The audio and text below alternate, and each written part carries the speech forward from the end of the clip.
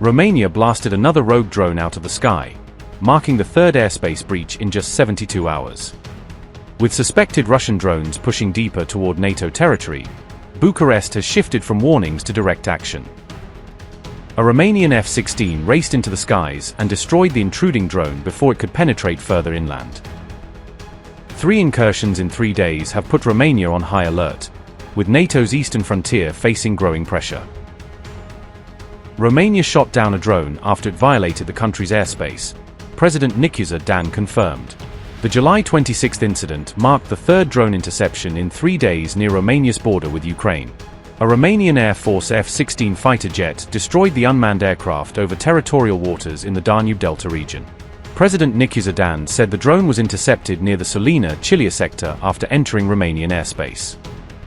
Nicușor Dan said, and I quote, "It is inadmissible and intolerable for the Russian Federation to continue violating Romania's airspace, which is also NATO and European Union airspace. Such actions are unacceptable, and we treat them with the utmost seriousness, together with our allies." Unquote. Romanian prosecutors said a separate drone shot down on July 24 was identified as a Russian Shahed-type unmanned aerial vehicle. Authorities said investigations into the drones intercepted on July 25 and July 26 were still ongoing. Romania's foreign ministry later summoned Russia's ambassador to formally protest the latest airspace violation. Romanian defense officials said the country had recorded several similar drone-related incidents since 2025. A Russian drone also struck a residential building in Romania's Galati region on May 29, leaving 2 people injured, according to authorities.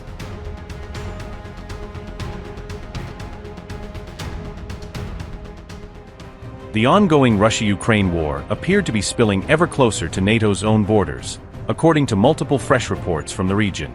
On July 24, a Romanian F-16 fighter jet shot down a drone for the very first time during an actual airspace incursion into NATO territory.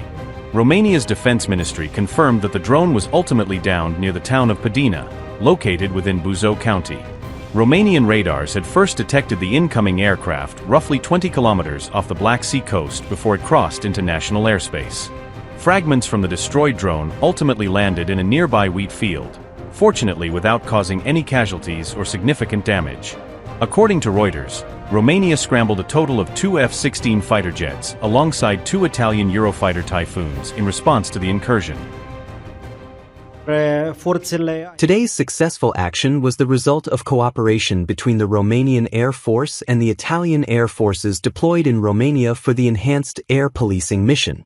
The aerial target was discovered outside national airspace, permanently tracked along the entire trajectory by the radars of the combat service and air policing.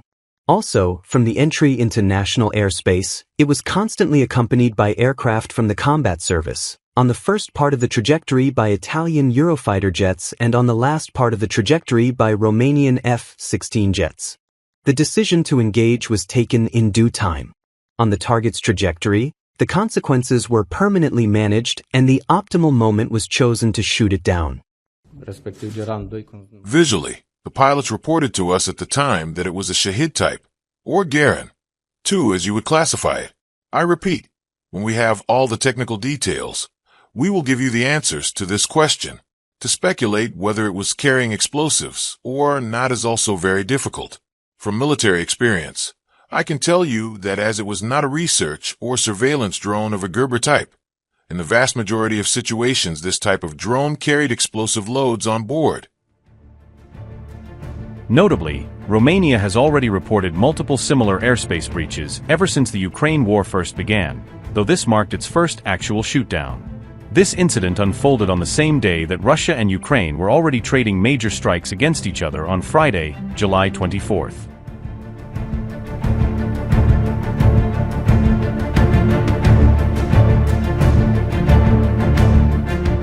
On July 24, Ukraine struck a major Russian defense factory located in Kirov, using its own domestically developed Flamingo cruise missile to carry out the attack.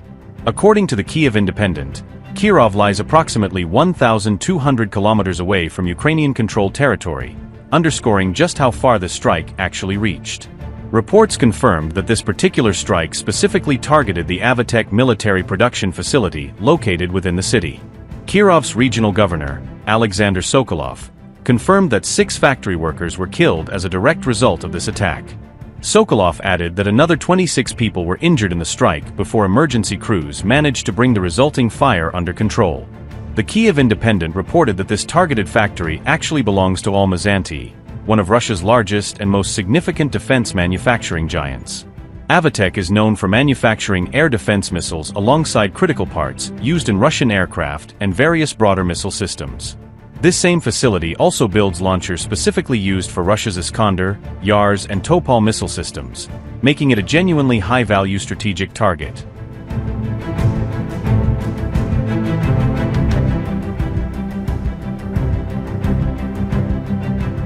Ukrainian drones also targeted Wildberries logistics hubs located in both St. Petersburg and Tver during this same coordinated wave of strikes. Fires were subsequently reported breaking out at Wildberries sites in both Shushary and Novosaratovka following these targeted drone strikes. Wildberries confirmed that operations at its St. Petersburg logistics centers had to be temporarily suspended as a direct result of the damage. Notably, Wildberries facilities have now faced a full 5 days of Ukrainian attacks within just a single week, showing a clear pattern of sustained targeting. Around 50 flights were delayed at St. Petersburg's Pulkovo airport as a direct consequence of the disruption caused during this attack. These strikes come as Kyiv continues pushing its long-range missile and drone campaign even deeper inside Russian territory than before.